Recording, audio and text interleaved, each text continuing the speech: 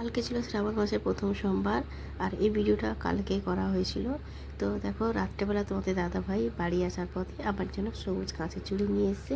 আর আমি তো কাঁচের চুড়িটা পেয়ে খুব খুশি। আর দেখো আমি কিন্তু মনে মনে এই রকম সবুজ চুড়িটাই চেয়েছিলাম।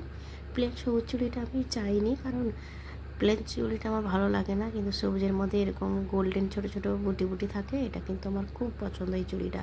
আর জানো তো বিয়ের আগে আমি একটা সময় খুব সবুজ চুড়ি পরতাম, শুধু সবুজ নয়, ব্লু পরতাম, হলুদ লাল পরতাম।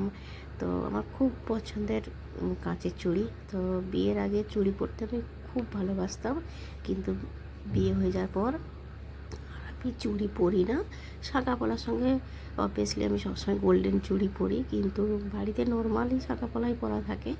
কিন্তু এই আমি আজ থেকে, আমার বিয়ে হয়েছে ধরো 2010 সালে, আর আজকে হলো 2026 সাল। তো আমি এতগুলো বছর পর আজকে আমি ফার্স্ট টাইম সবুজ চুড়ি পরবো। কারণ প্রত্যেক বছর ভাবি যে শ্রাবণ মাসে সবুজ চুড়ি পরবো, বেশ হয় পরে, তো আমিও পরবো। তো যাই হোক, পরার হয় না, কোনো না কোনো কারণে ভুলে যাই বা আনা হয় না কিছু। কিন্তু এই শ্রাবণ মাসে তোমাদের দাদাভাই চুড়ি এনে আমাকে একদম খুশি করে দিয়েছে। তো আমি এত বছর পর কাঁচের চুড়ি পরবো, তো আমি খুবই উৎসাহিত হয়ে আছি। তো তোমার দাদাভাইকে বললাম, তুমি যখন এনেছো তুমি নিজের হাতে আমায় পরিয়ে দাও আজকে দিনে। আর আজকে তো একটা বিশেষ দিন, ভালো দিন। তো আজকে দিনে বরের হাত দিয়েই পরলাম চুড়িটা, আমার তো খুব ভালো লেগেছে। আর জানো তো আমার হাত এমনিতেই খুব নরম, কিন্তু চুড়ি পরাতে বা শাঁখা পরতে গেলেই তখন হাতটা যেন আপনা আপনি টাইট হয়ে যায়, কেন আমি বুঝতে পারি না।